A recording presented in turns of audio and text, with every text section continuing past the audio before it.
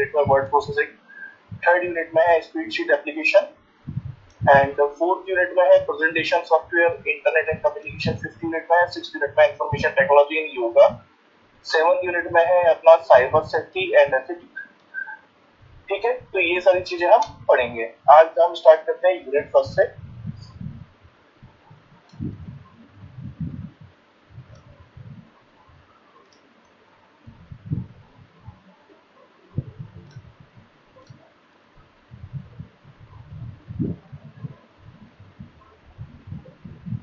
मेरी screen visible है? Yes sir. Yes sir.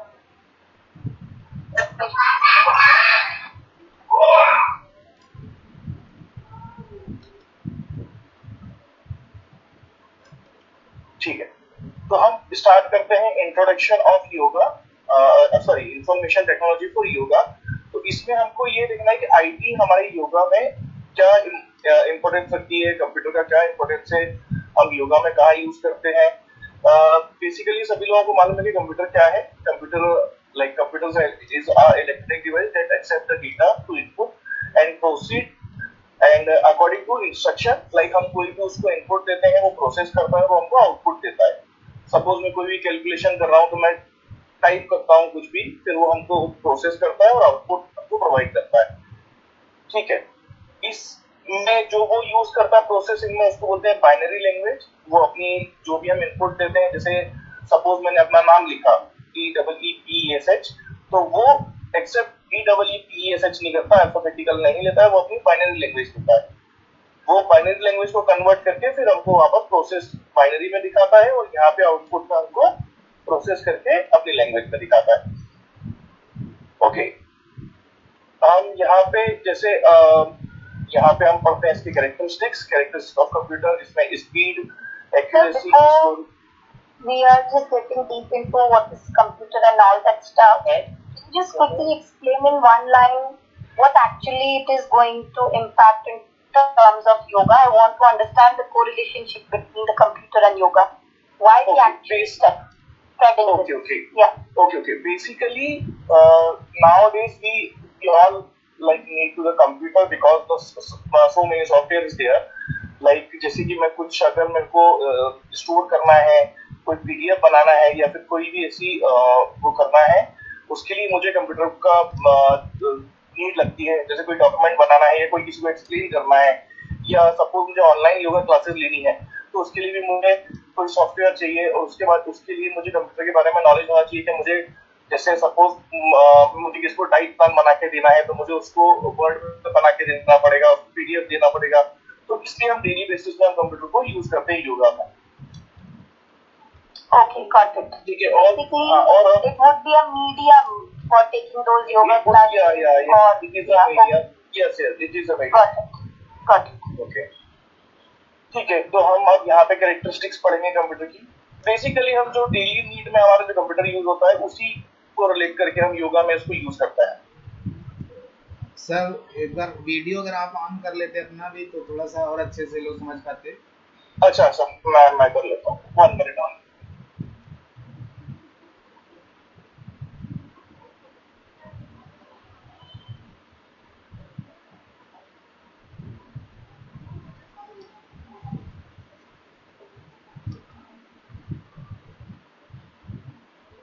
Visible है मेरा? जी यस सर। जी, ठीक है। तो अभी हम आते हैं कैरेक्टरिस्टिक्स ऑफ कंप्यूटर। कंप्यूटर की स्पीड, उसकी एक्यूरेसी, उसका स्टोरेज, उसका ऑटोमेशन, क्या यूज होता है उसका। जैसे computer work extremely fast and run perform million of calculation speed. कोई भी हम अगर कैलकुलेशन करते हैं इसमें, जैसे आपको बीएमएस निकालना है, तो उसके लिए आपको बहुत यूज में आता है इसमें कंप्यूटर में। आप उसकी हाइट और बेसिक नहीं डाल सकते, वेट वगैरह, तो आपको बीएमएस निकाल के देता है। ठीक है, तो इसके लिए हम कैलकुलेट करता है बहुत स्पीड में, हेल्थ और पैरामीटर। बीएमएस बॉडी कुछ होता है, मुझे एक्चुअली नहीं मालूम। Okay, BMS, you are saying BMS. Okay, body mass index. Okay. BMS you are saying, or BMS you are saying? I am not related to the like this bio, so मुझे terms उतने अच्छे से याद नहीं है। Okay. इसलिए हाँ इसलिए मैंने बोला जो बॉडी से रिलेटेड कुछ होता है something pound body mass index होता है सर, वो ओके गॉट इट ठीक है। तो यहाँ पे हम इसी के थ्रू मतलब हम कंप्यूटर के थ्रू कैलकुलेट करते हैं, उसमें जो भी बॉडी की हाइट जो होती है, सॉरी हाइट हम देते हैं, बॉडी वेट देते हैं, उसके अकॉर्डिंग हमको निकाल के देता है। तो इसके लिए भी हम इसमें कंप्यूटर का यूज करते हैं, ठीक है। और हम यहाँ पे अब आते हैं एक्यूरेसी के लिए। Accuracy, computer provide a very accurate result to input data instruction and correct. मतलब हम उसको कोई भी, मैं इसी की बात कर रहा था, ये बीएमआई जो होता है, मैं बीएमएच बोल गया सॉरी। तो इसके लिए हम मतलब yes, yes, I was confused that what is VMS. I thought some computer term you're talking about and I'm not able to do it. Yeah, BMI I know. Yes. BMI हाँ। So ये हमको proper BMI निकाल के देता है, accurate BMI निकाल के देता है, इसलिए इसकी एक्यूरेसी बहुत अच्छी होती है कंप्यूटर की, इसलिए ये बहुत फास्ट वर्क करता है। अब हम आते हैं स्टोरेज कैपेसिटी के लिए। तो computer can store the large amount of data such as a document, research paper, yoga videos and patient record. Basically हम लोग इन सब चीजों के लिए यूज करते हैं योगा में कंप्यूटर का, कि जैसे अगर मुझे कोई डॉक्यूमेंट बनाना है या कोई रिसर्च पेपर बनाना है या फिर कोई योगा के वीडियोस किसी को देने हैं, किसी पेशेंट्स के रिकॉर्ड रखने हैं, तो हम इसको स्टोरेज में हम इसको स्टोर करके रख सकते हैं।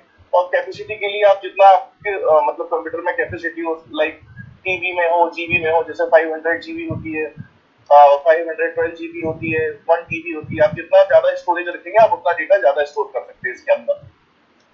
ये स्टोरेज कैपेसिटी आपके ऊपर डिपेंड करता है, आप अपना कंप्यूटर में कितना स्टोरेज लेते हैं, ठीक है। अब हम आते हैं फोर्थ पॉइंट पे। फोर्थ पॉइंट है automation. Once instruction are given the computer can perform task automatically without the human involvement. वो जैसे कि हम कोई भी अगर हम कोई टास्क करना चाहते हैं कंप्यूटर के थ्रू, तो हम उसको इनपुट देते हैं, वो हमको सारी चीजें ऑटोमेटिकली परफॉर्म करके देता है। कई जैसे मैं कैलकुलेशन करना चाहता हूँ कोई भी कैलकुलेटर में, हम उसको बोल देते हैं 4x4, तो हमको 16 निकाल के दे देता है। तो ये ऑटोमेशन जो भी है ये हमने कोडिंग के थ्रू इसमें फीड कर रखा है। सारी कैलकुलेशन में ऑटोमेटिकली पहले से फीड कर रखी है, जो भी हम उसको इनपुट देते हैं वो अपना कैलकुलेट करता है, हमको आउटपुट निकाल के देता है उसके अकॉर्डिंग। ओके, अब हम आते हैं फिफ्थ पॉइंट पे। I have one question, I'm sorry. Yes. When we say automation, we are getting a repetitive task done through some coding, right? So that is called automation. So like maybe you can say there could be something that you are doing on a daily basis, and that is something you want computer to do it for you, and that's wherein we put some coding. It could be anything these days, like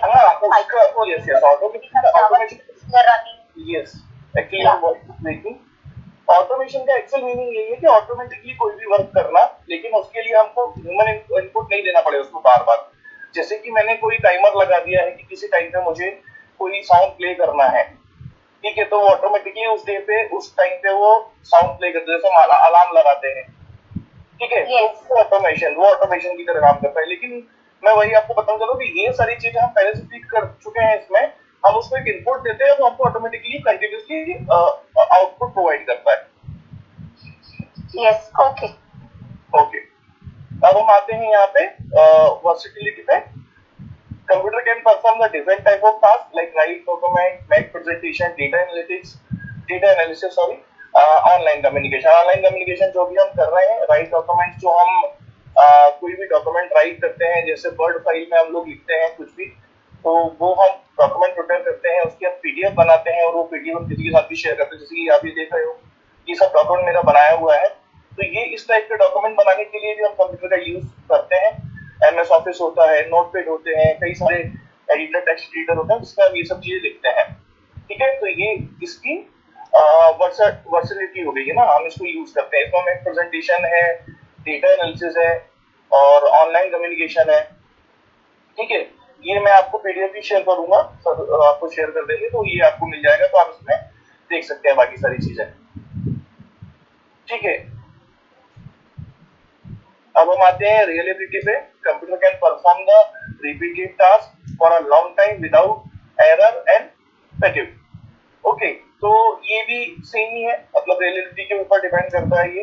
अब हम आते हैं multitasking पे। Multitasking मतलब जो हम कोई भी, जैसे मेरे सिस्टम में अभी मैं क्या कर रहा हूँ, मैंने पीडीएफ भी ओपन कर रखी है, मैं वीडियो भी चला रहा हूँ, तो ये कंटिन्यूसली मल्टीपल टास्क कर सकता है। तो ये डिपेंड करता है हमारी रैम के ऊपर। रैम होता है रैंडम एक्सेस मेमोरी, जो कि कंप्यूटर का लाइक बोल सकते हैं कि हार्ट होता है। उसके अकॉर्डिंग आप कितने भी मल्टीपल ऑपरेशन कर सकते हैं इंडिविजुअली। ओके, तो हम computer can perform the multiple task at the same time. जैसे कि मैंने अभी पीडीएफ ओपन कर रखी है, मैं एक टाइम में साइड में मूवी भी देख सकता हूँ, वीडियो भी चला सकता हूँ, कुछ भी कर सकता हूँ। तो ये मल्टीटास्किंग होता है। जैसे मैं ब्राउजिंग कर सकता हूँ इंटरनेट पे, जैसे मेरे कई सारे टैब, आप पीछे देख रहे होंगे तो मेरी स्क्रीन पे कई सारे टैब खुले हुए हैं, तो ये सब टैब पे अलग अलग मैं वर्क कर सकता हूँ, इसलिए इसको मल्टीटास्किंग बोलते हैं। Got it? Okay, now come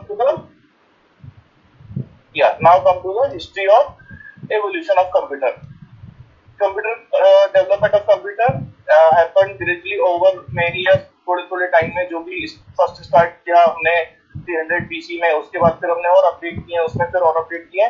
अभी नाउअडेज इतना छोटा कंप्यूटर आ चुका है, आईपैड आ चुका है, उसके अंदर हम सारी चीजें कर सकते हैं। पहले बहुत बड़ा कंप्यूटर था, एक मतलब समथिंग एक घर बराबर एक कंप्यूटर बनता था। तो वो सारी चीजें हमने धीरे धीरे इसको और कैलकुलेट करके हमने उसको अपडेट करते गए हैं। आप यहाँ पे देख सकते हैं ये 300 BC में ये बनाया था, तो 1617 में बनाया था, फिर उसका और अपडेट किया था। लेकिन जो पहला सबसे डिजाइन किया था उसने किया था चार्ल्स बैबेज ने। ठीक है, he is known as the father of the computer also. ठीक है, इसने जो भी बेसिक जो कंप्यूटर के कॉन्सेप्ट थे उसको बनाया था। ठीक है, अब हम आते हैं यहाँ पे generation of computer. Computer are classified into 5 generation based on the technology use.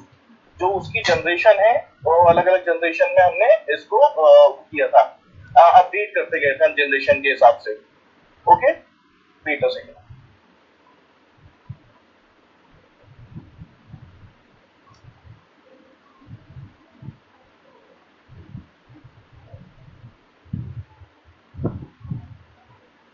हाँ, तो अभी हम आते हैं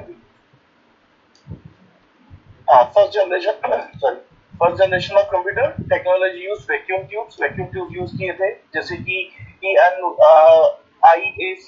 ये वैक्यूम ट्यूब थे जो हम पहले कम्युनिकेशन के लिए, जैसे अभी हम माउस से इनपुट देते हैं उसको, सिस्टम को माउस से इनपुट देते हैं, वो परफॉर्म करता है, तो हमको कैलकुलेट करके या जो भी प्रोसेस करके आउटपुट प्रोवाइड करता है। तो पहले हम उसको वैक्यूम ट्यूब्स यूज करते थे उसके लिए। तो उसके बाद में फिर टेक्नोलॉजी अपडेट होती गई, उसके बाद में हम वायर यूज करने लगे। अभी हम वायरलेस से भी हम वर्क कर लेते हैं, ब्लूटूथ कनेक्टिविटी से या वाईफाई के थ्रू हम उसको कंप्यूटर को इनपुट दे सकते हैं। पहले लेकिन ऐसा नहीं था, पहले वैक्यूम ट्यूब यूज करते थे। फिर सेकंड जनरेशन आई, फिर हमने ट्रांजिस्टर यूज किए, उसके बाद में हम उसको वहां से इनपुट देने लगे। फिर थर्ड जनरेशन में और अपडेट हुआ, फिर इंटीग्रेटेड हमने सर्किट यूज किए उसके अंदर। ओके, तो जैसे जैसे जनरेशन बढ़ता गया टेक्नोलॉजी बढ़ती गई उसके अकॉर्डिंग। ठीक है, अब फोर्थ जनरेशन में आपने देखा होगा माइक्रो प्रोसेसर जो आ गए हैं, बहुत छोटे छोटे स्मॉल साइज के आ गए हैं। जैसे कि अभी आईपैड हो गया या छोटा सा माउस हो जाता है, बहुत सारी चीज आ गई है, लैपटॉप हो जाते हैं, ये सब छोटी छोटी डिवाइसेस आ गई हैं जिसको हम अभी लाइक होम ऑफिस में और एजुकेशन के लिए यूज करते हैं। ठीक है, अगर किसी को कोई कंफ्यूजन हो तो प्लीज कर लीजिएगा क्वेश्चन। अब जैसे फिफ्थ जनरेशन जो आई है अभी प्रेजेंट और फ्यूचर में, अभी मैक्सिमम जो आया आर्टिफिशियल इंटेलिजेंसी, जैसे कि अभी बहुत यूजली है चैट जीपीटी पर आप कोई भी कैसा भी इनपुट दोगे वो आपको प्रोसेस करके बहुत फास्ट प्रोसेस करके आपको आउटपुट देगा रिलेटेड टू एनीथिंग। आप उससे कोई भी इंफॉर्मेशन ले सकते हैं, योगा से रिलेटेड, डाइट से रिलेटेड, आप कुछ भी उससे पूछेंगे वो आपको पूरा कैलकुलेट करके और आपको प्रोसेस करके पूरा आपको एक आउटपुट देगा।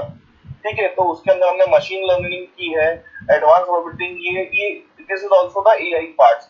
आजकल आप देख रहे होंगे रोबोट भी बन रहे हैं, मतलब रोबोट बनाए जा रहे हैं एआई के थ्रू। जो भी आप उसको इनपुट देंगे वो आपको परफॉर्म करके देगा। फॉरेन में कई सारी जगह पे भी यूज भी होने लगे हैं, पार्किंग की जगह पे या वेटर की जगह पे रोबोट यूज करने लगे, रोबोट को यूज करते हैं, वो अपना सर्व करते हैं टेबल पे। तो ये सारी चीजें रोबोटिक साइंस में आती हैं। ये this is also the part of AI. ठीक है, अभी हम इसके फीचर्स की बात करते हैं। इंटेलिजेंट सिस्टम होता है इसके अंदर, वॉइस रिकॉग्नाइजेशन होता है। हम इसके अंदर कोई भी, जैसे अभी चैट जीपीटी हुआ या जेमिनी हुआ, कई सारे ऐसे एआई एजेंट आ गए हैं जिसको हम वॉइस में कमांड देते हैं, वो हमको पूरा आउटपुट निकाल के देता है। तो वो एटलीस्ट हमारी वॉइस भी रिकॉग्नाइज करता है। ठीक है, तो ये सारी चीजें हमको एआई में मिलती है। आप सेल्फ लर्निंग मशीन भी है इसके अंदर, तो this is also part of the AI. ठीक है, तो ये मैंने आपको जनरेशन बता दी है कि कौन कौन सी जनरेशन में क्या क्या अपडेट हुआ है कंप्यूटर में। ठीक है, अब हम आते हैं basic component of a computer. A computer system works with the help of a different hardware components. The component helps the computer to input data, process or store and produce output. Like input data, it means जैसे कि मैं keyboard से कुछ भी type कर रहा हूँ, ये मैं इसको इनपुट दे रहा हूँ कंप्यूटर को, फिर वो प्रोसेस करता है, स्टोर करता है डेटा स्टोर करता है। इट मीन्स स्टोरेज में जो भी हमारी हार्ड डिस्क या एसएसडी जो भी ड्राइव होती है उसमें आप उसको स्टोर करता है और हमको आउटपुट देता है। आउटपुट वो हमको देता है हमारे मॉनिटर पे, स्क्रीन पे, जो भी वो प्रोसेस करके जो भी आउटपुट देता है वो हमको वहां पे दिखाता है। ठीक है, सपोज मैंने कोई भी एक फंक्शन बनाया या कुछ भी मैंने कैलकुलेशन की, मैंने उसको इनपुट दिया, मैंने इनपुट दिया कीबोर्ड से या माउस से, फिर वो प्रोसेस करता है, वो हमको आउटपुट दिखाता है। तो उसमें कंपोनेंट क्या क्या यूज हुए, कंपोनेंट यूज हुए कीबोर्ड हुआ, कीबोर्ड इनपुट देने के लिए, माउस इनपुट देने के लिए, प्रोसेस उसने किया प्रोसेसर में जो कि सीपीयू करता है, और अगेन देन उसने हमको आउटपुट दिया मॉनिटर पे, जो भी हमको दिखाया कि ऐसा ऐसा आउटपुट आया है। Okay, understand. अब हम यहाँ पे देखते हैं बेसिक कंपोनेंट क्या क्या होते हैं। एक इनपुट डिवाइस होता है, आउटपुट डिवाइस होता है, स्टोरेज होता है। इनपुट डिवाइस इट मींस जो भी हम डेटा इंटर कर रहे हैं, जैसे कि मैंने आपको एक्सप्लेन किया अभी, एक कीबोर्ड हम यूज करते हैं कॉमनली इनपुट कंप्यूटर को इनपुट देने के लिए। द मोस्ट कॉमनली यूज होता है इनपुट डिवाइसेस, जैसे कि मैं कोई भी लेटर टाइप कर रहा हूँ या नंबर या कोई भी कमांड दे रहा हूँ कंप्यूटर को, तो मैं कीबोर्ड के थ्रू देता हूँ। इस कीबोर्ड में हमारे पास में अल्फा न्यूमेरिक कीज होती है, अल्फाबेट्स भी होते हैं, न्यूमेरिक भी होते हैं, फंक्शन की होती है, कंट्रोल करने के लिए होता है पूरा। ठीक है, then come to the mouse. Mouse is a point device to control the cursor of a screen. जैसे कि मैं यहाँ पे ये मूव कर रहा हूँ तो ये माउस के थ्रू कर रहा हूँ। देन आपको कर्सर दिख रहा हुआ है, जो एरो बना हुआ है, ये माउस के थ्रू हो रहा है।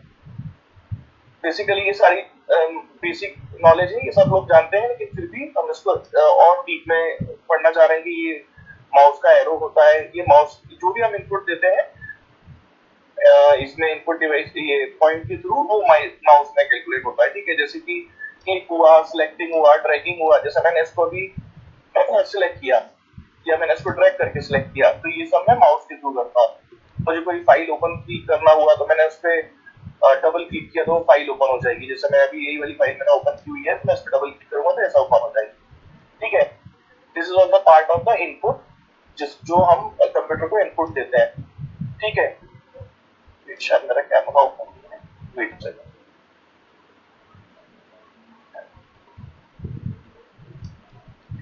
ठीक है, स्कैनर बेसिकली हम कोई भी फाइल को स्कैन करके कंप्यूटर में ला सकते हैं।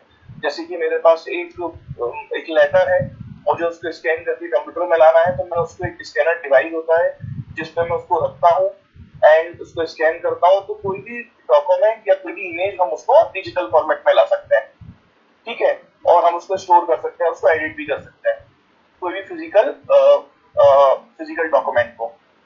ठीक है, webcam, come to the webcam. Webcam is also the part of the input. Like ये webcam जो मैं अभी यूज कर रहा हूँ वीडियो दिखाने के लिए, आप अपनी प्लेस पे हो, मैं अपनी प्लेस पे हूँ, वीडियो कॉल करने के लिए हम webcam का यूज करते हैं। ये कंटिन्यू जनरेशन टू जनरेशन ये आता गया। जैसे पहले webcam जो होता था वो अलग से आपको लगाना होता था, लेकिन अभी क्या लैपटॉप में और कई सारे जो मिनी कंप्यूटर्स है उसमें ऑलरेडी webcam आने लगा है, तो आप कैमरा से कनेक्टेड हो सकते हो किसी से भी, कहीं भी वीडियो कॉल के थ्रू, ऑनलाइन क्लासेस के लिए। तो ये वेबकैम यूज करते हैं इन सब चीजों के लिए, जैसे वीडियो कॉल के लिए, ऑनलाइन क्लासेस के लिए, रिकॉर्डिंग वीडियोस के लिए, पिक्चर्स के लिए। आप अपनी फोटो खींचना चाहते हो तो उसके थ्रू क्लिक कर सकते हो। ठीक है, तो ये हो गई हमारी सारी इनपुट डिवाइसेस जिससे हम कंप्यूटर को इनपुट देते हैं प्रोसेस करने के लिए। Now come to the output devices. Output device is a hardware device to display or present the proceed information for the computer to the user. ठीक है, मैं आपको एक्सप्लेन करता हूँ। मैं फर्स्ट वाले पे आता हूँ, मॉनिटर।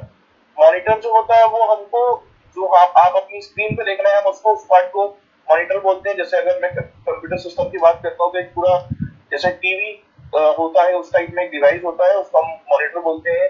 वो हमको पूरा आउटपुट प्रोवाइड करता है। ठीक है, उसको हम इसको विजुअल डिस्प्ले यूनिट भी बोलते हैं, वीडीयू। ठीक है, जिसमें हम टेक्स्ट, इमेजेस, वीडियोस, ग्राफिक जो भी कंप्यूटर हमको जनरेट करके देता है उसको वहां पे देख सकते हैं। ठीक है, अब now come to the printer.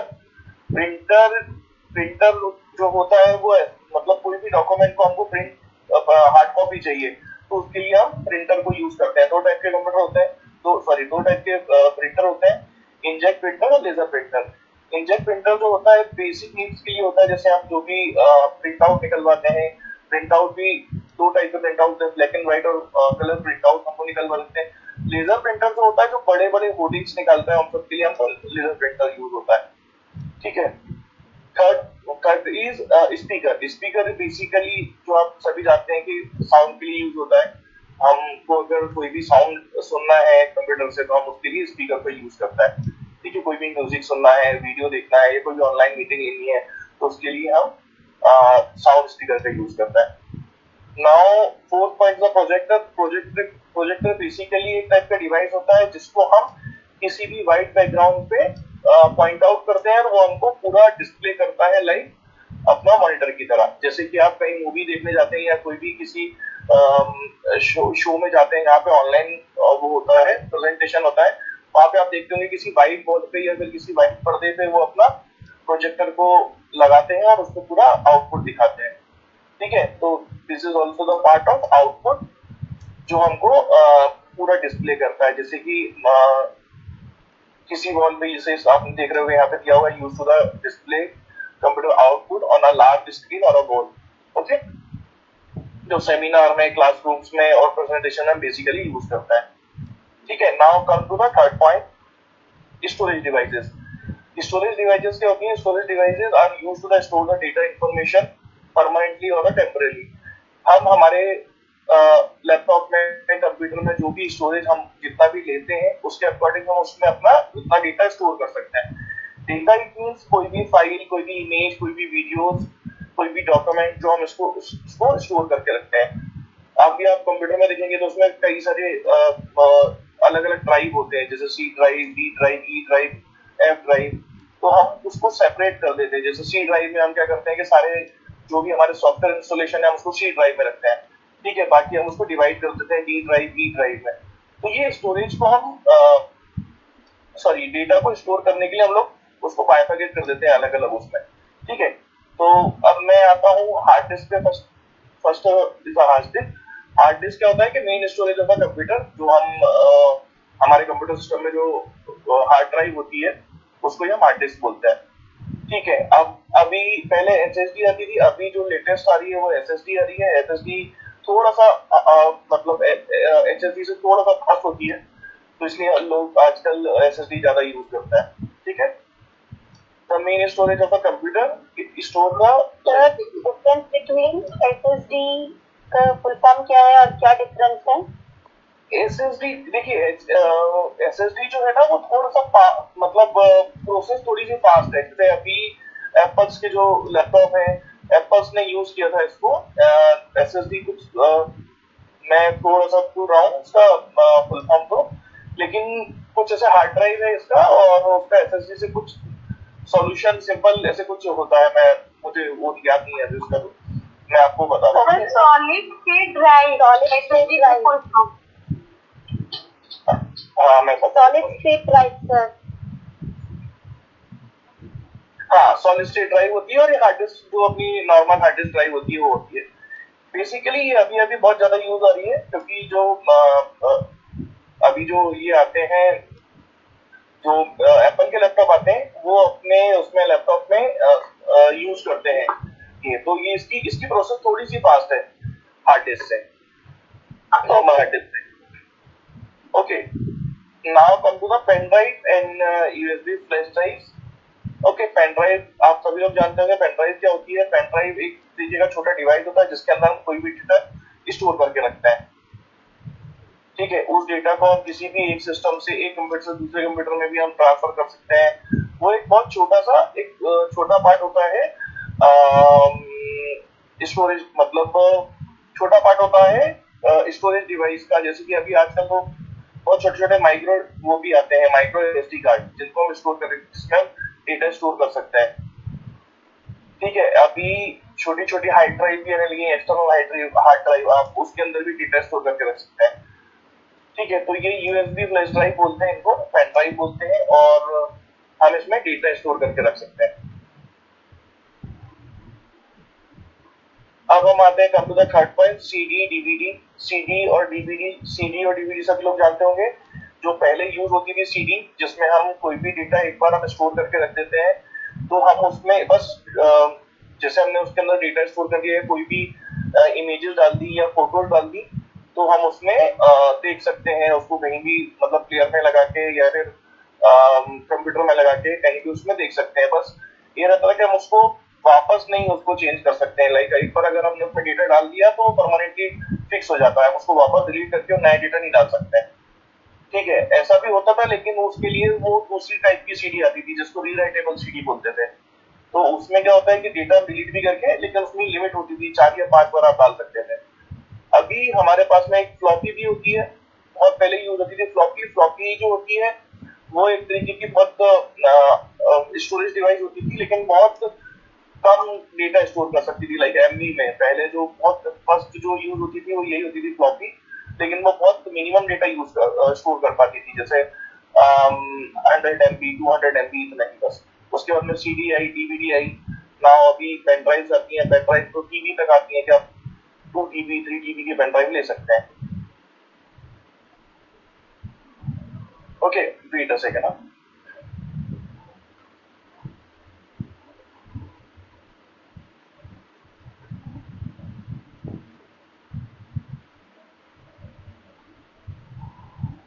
ठीक है, तो अभी हम कंटिन्यू करते हैं। ठीक है, अभी हाँ, सीडी और डीवीडी पे ध्यान। सीडी ऑप्टिकल स्टोरेज डिवाइसेस होती है, जो कि मतलब हम म्यूजिक और मूवीज स्टोर करने के लिए या सॉफ्टवेयर स्टोर करने के लिए, मैं आपको बता चुका हूँ अभी, बहुत स्मॉल कैपेसिटी की होती थी। लेकिन डीवीडी आई थी, डीवीडी थोड़ा सा और हायर लेवल पे थी, जो कि स्टोर कर सकते थे हम डेटा। और फ्लॉपी डिस्क की मैं बात कर रहा था कि बहुत पुराना है, ओल्डर स्टोरेज डिवाइस है, बहुत पहले यूज करते थे इसको, और ये बहुत साइज में बहुत कम डेटा स्टोर कर सकती थी। अभी जो मैं आपको बता रहा था, जो फोन में यूज होते हैं एसडी कार्ड्स, जो कि जिसमें हम डेटा स्टोर कर सकते हैं, बहुत छोटा सा होता है लेकिन स्टोरेज डिवाइस होता है। उसको हम उसमें कोई भी डेटा डाल सकते हैं और वापस उसमें हटा सकते हैं, फिर से डाल सकते हैं, तो ये हमको रीयूजेबल होता है एसडी कार्ड। ठीक है, किसी को कोई क्वेश्चन अभी इसमें? No sir. ठीक है, ठीक है, अभी हम आते हैं कंप्यूटर सिस्टम पे। अच्छा, computer system is a combination of a hardware and software that work together perform task such as processing data, storing information and produce output. जैसा कि मैंने आपको भी बताया कि हार्डवेयर क्या होते हैं, हार्डवेयर में इनपुट हार्डवेयर क्या होते हैं और आउटपुट हार्डवेयर क्या होता है, जो हम बेसिकली कंप्यूटर में यूज करते हैं। अब हम बात करेंगे इसमें सॉफ्टवेयर की भी। इन दोनों को मिला के, हार्डवेयर और सॉफ्टवेयर को मिला के कंप्यूटर बनता है, और कैसे प्रोसेस करता है, कैसे इंफॉर्मेशन स्टोर करता है और आउटपुट देता है। ये हार्डवेयर और सॉफ्टवेयर के कॉम्बिनेशन से होता है। ठीक है, now come to the main point of a hardware. Hardware refer the physical part of a computer that can be see and touch, जैसे कि कीबोर्ड हुआ, माउस हुआ, monitor, CPU, printer, hard disk, scanner, जैसे कि जो अभी हमने ऊपर पढ़े हैं। ये सारे जो हार्डवेयर डिवाइस होते हैं जिनको हम टच कर सकते हैं, ठीक है, या फील कर सकते हैं कि ये फिजिकल डिवाइस है। लेकिन जो सॉफ्टवेयर है उनको हम फील नहीं कर सकते, वो हम ऑलरेडी इंस्टॉल कर देते हैं। That can be visible but that we can't touch और we can't feel that. Okay, और कोई भी लाइक हार्डवेयर जो होते हैं वो हमको इनपुट और प्रोसेसिंग के लिए, स्टोरेज के लिए यूज होते हैं। ठीक है, अब now come to the software.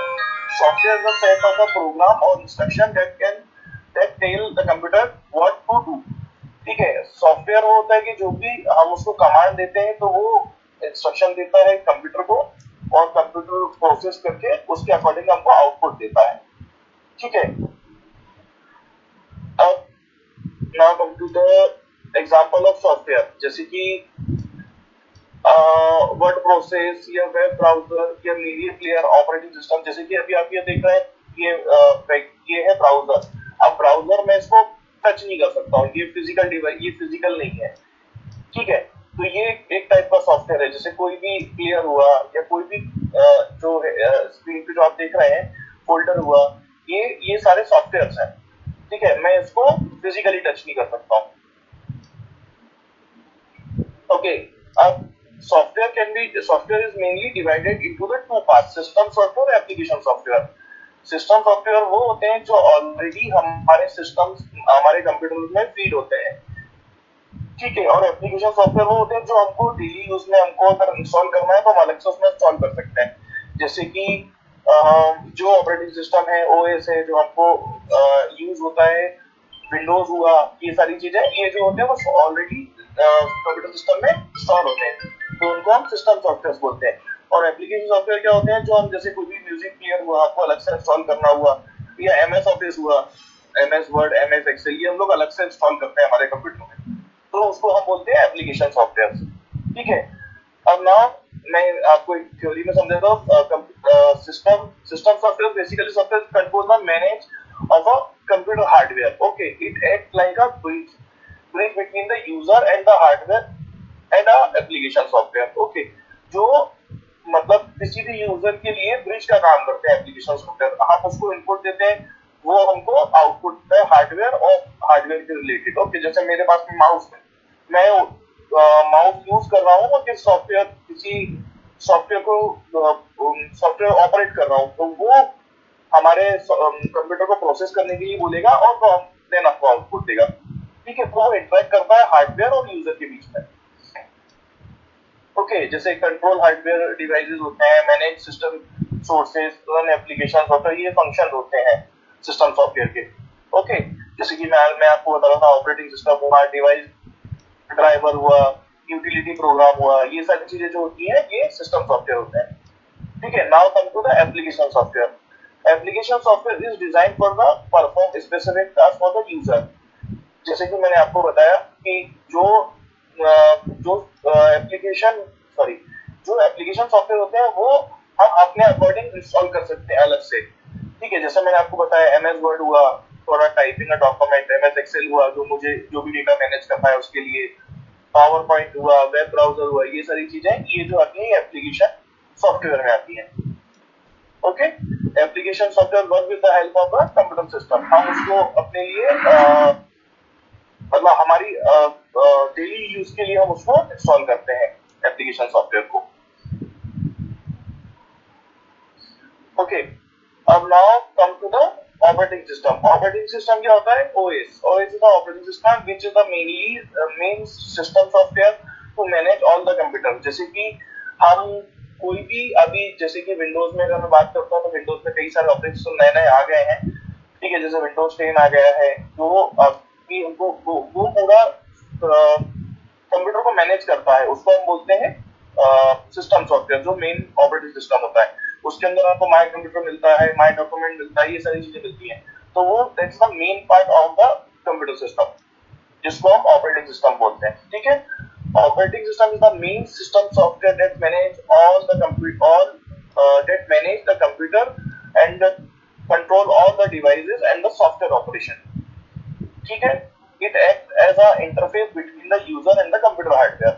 कोई भी चीज हम परफॉर्म करते हैं तो ऑपरेटिंग सिस्टम के साथ ही करते हैं और ऑपरेटिंग सिस्टम के अंदर ही करते हैं, उसके बिना हमारे कंप्यूटर में कुछ भी नहीं हो सकता। Without an operating system, the computer cannot function properly. Okay? किसी को कोई डाउट है यहाँ तक?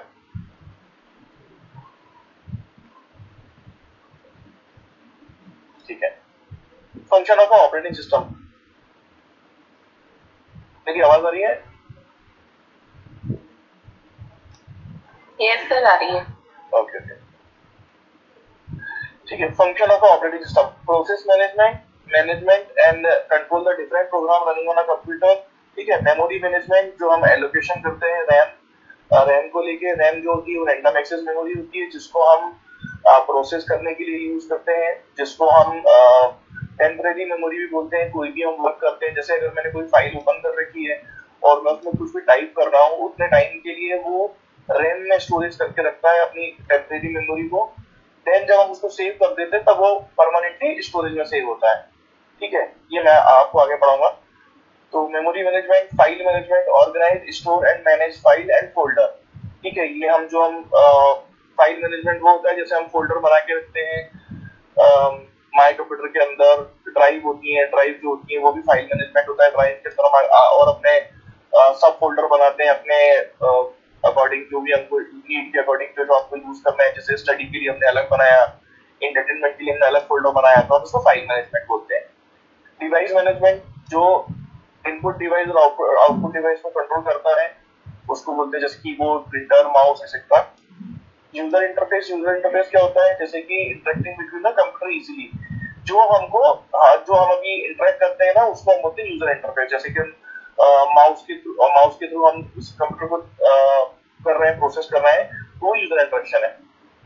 ठीक है, तो यूजर इंटरफेस होता है वो। अब now come to the example of operating system. जैसे कि मैंने आपको बताया कि विंडोज के कई सारे अभी वर्जन आ गए हैं। तो जैसे माइक्रोसॉफ्ट विंडोज हुआ, one of the most widely used operating system developed by the Microsoft. ठीक है, हम इसको पर्सनल कंप्यूटर में भी यूज करते हैं, ऑफिशियल भी करते हैं, स्कूल में भी करते हैं। सेकंड है मैक ओएस। मैक ओएस जैसे कि अभी जो मेरा सिस्टम है वो मैकबुक है, तो मैकबुक में हम मैक ओएस को यूज करते हैं। ठीक है, operating system which is developed by the Apple. ठीक है, और इसमें हम मैकबुक यूज करते हैं, आई मैक कंप्यूटर यूज करते हैं, मिनी यूज करते हैं, जो छोटे छोटे टैब आ रहे हैं अभी एप्पल के, उन सब में मैक ओएस होता है। ठीक है, जो कि सिक्योरिटी और बहुत स्मूथ परफॉर्मेंस के लिए यूज होता है। ठीक है, यहाँ तक सबको समझ में आया? ये फर्स्ट यूनिट कंप्लीट हुई अपनी। Yes sir. ठीक है, तो हम सेकेंड यूनिट यहाँ पे स्टार्ट करते हैं, वर्ड प्रोसेसिंग। वर्ड प्रोसेसिंग, अब मैं आपको बताता हूँ, जैसे कि आपको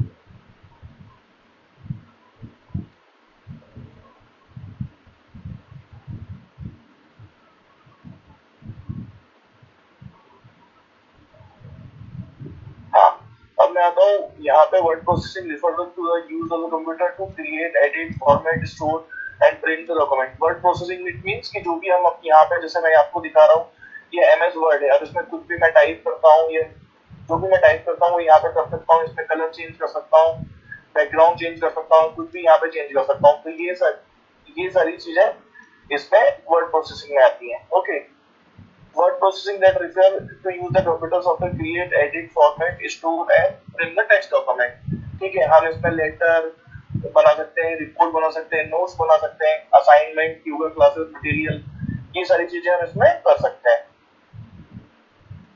ठीक है, word process has replaced the traditional typewriter because it allows the easy to edit और formatting। जैसे पहले जब कंप्यूटर नहीं था, उससे पहले टाइपराइटर यूज होते थे। टाइपराइटर में डायरेक्ट जो भी हम टाइप करते थे वो डायरेक्ट लेटर पैड पे सीधा सीधा टाइप होते थे। सपोज अगर मेरी कुछ स्पेलिंग अगर मिस्टेक हो गई, तो वो फिर हमको सेकंड फिर से स्टार्ट करना होता था, फिर से पूरी पेपर लेटर लगाना होता था, फिर हमको टाइप करना होता था। अभी हमको क्या करना होता है, अगर हम कुछ भी टाइप करते हैं, सपोज मैंने एक लेटर टाइप किया, तो मैंने उसको स्टडी किया, अगर उसमें कुछ भी गलत होता है तो मैं उसको वापस रिप्लेस कर सकता हूँ, चेंज कर सकता हूँ, अगर कुछ भी हुआ तो उसको एडिट कर सकता हूँ। तो ये सारी चीजें अभी मैं कर सकता हूँ इजीली। ओके, तो ये सब हम कर सकते हैं वर्ड प्रोसेसिंग के थ्रू। मतलब हम जो भी टाइप करते हैं, कुछ भी हम उसको अगर चेंज करना है या उसको स्पेल करना है, अगर गलत हो गया उसको राइट करना है, तो हम ये सारी चीजें कर सकते हैं।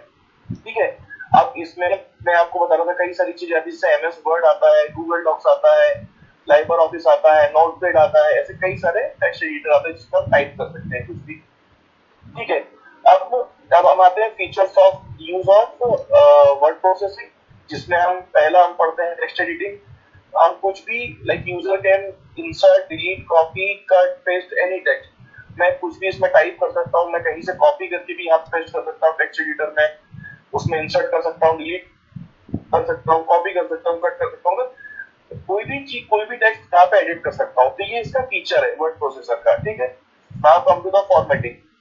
फॉर्मेटिंग जैसे कि मैंने अगर कोई उसमें लिखा हुआ है, मुझे किसी हेडिंग का अलग फॉन्ट रखना है तो मैं उसमें फॉन्ट चेंज कर सकता हूँ। मुझे हेडिंग का अगर जैसे सपोज जैसे मैंने ये बनाया हुआ है तो मैंने हेडिंग का अलग फॉन्ट साइज रखा हुआ है, यहाँ पे इसका 20 रखा हुआ है, यहाँ पे इसका फॉन्ट साइज 16 रखा हुआ है। तो ये सारी चीजें मैं फॉर्मेटिंग के थ्रू कर सकता हूँ। जैसे अगर मैं चाहूँ तो इसका कलर चेंज कर दूं।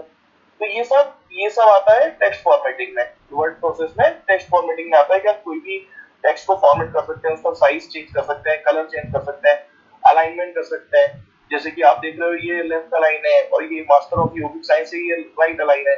तो ये सारी चीजें हम टेक्स्ट फॉर्मेटिंग में आती है, ठीक है।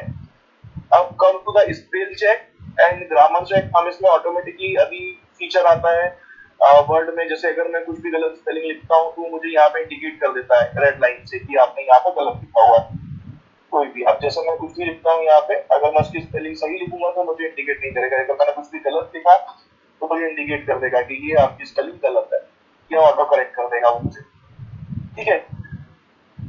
तो ये सब आती है spelling check and grammar check में।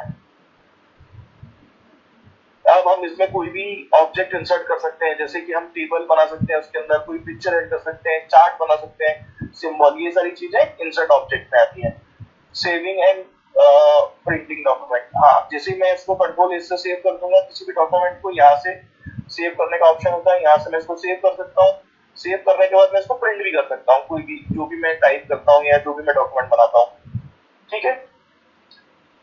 ठीक है, अभी 5:50 हो चुका है, तो बाकी हम कंटिन्यू करते हैं नेक्स्ट क्लास में। ओके, जैसे कि सर ने बोला था कि हमको डिस्कस करना है कुछ।